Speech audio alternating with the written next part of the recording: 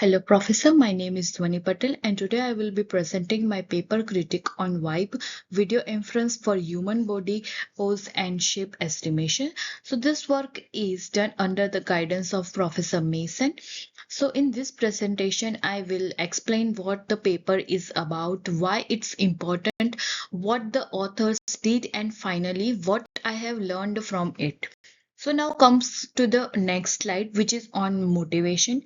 So the estimating a 3D human body pose and shape from a regular video is very challenging. In most real life situation, there is the real 3D motion data available to train models. This paper introduces a method called VIBE, which focuses on creating realistic human motion from video. So the goal is to make human motion estimation more accurate and useful for applications like animation, sports, analysis, and even surveillance system. So now if we talk about the problem definition, so the main task in this study is to estimate accurate 3D human body poses and shapes from single video, also called the monocular videos. The biggest challenge is that there are no real 3D motion labels for people moving in the wild, meaning outside of controlled lab conditions.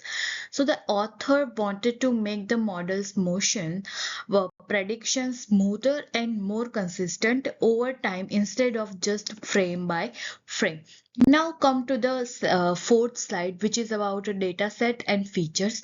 So from training, the authors used a data set called AMAS, which is large collection of motion capture data. This dataset helps model learn how real human motion looks and behaves. However, even through AMS is large, it doesn't include every possible type of movement.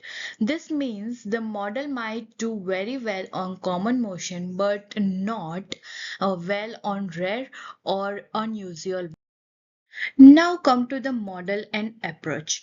So the VIBE model uses three main parts: convolutional neural networks, recurrent temporal encoders, and adversarial training. So the convolution network processes each video frame while the temporal encoders help the model remember information from the previous frames. So the adversarial training allow the system to tell whether the motion it generates looks realistic or fake. Now we look on the evolution and outcomes. So the to test why the authors used the two main benchmark datasets, 3D-PW and MPI-INF 3D-HP.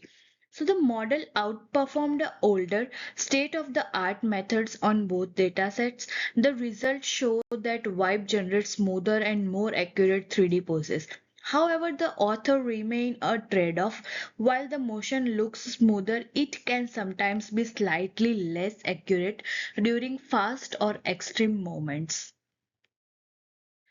Now I'm going to talk about the strengths. So the one of the biggest strength of this paper is its unique training approach. By using adversarial learning with the AMS dataset, the model learns to tell realistic from unrealistic moments. Another strength is that VIBE shows strong improvements across multiple benchmarks, and the paper includes solid experiments and comparisons to prove its performance.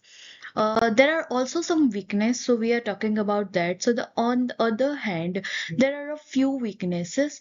So the model depends heavily on the AMS dataset, which limits how well it handles unusual or rare motions.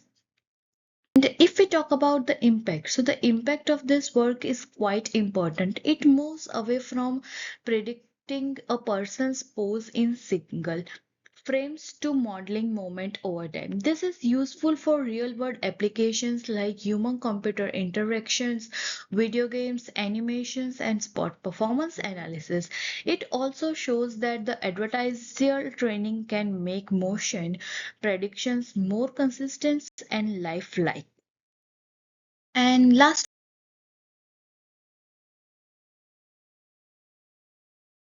we talk about the reflection and future work. So this paper helped me understand how adversarial learning can be used to improve motion realism.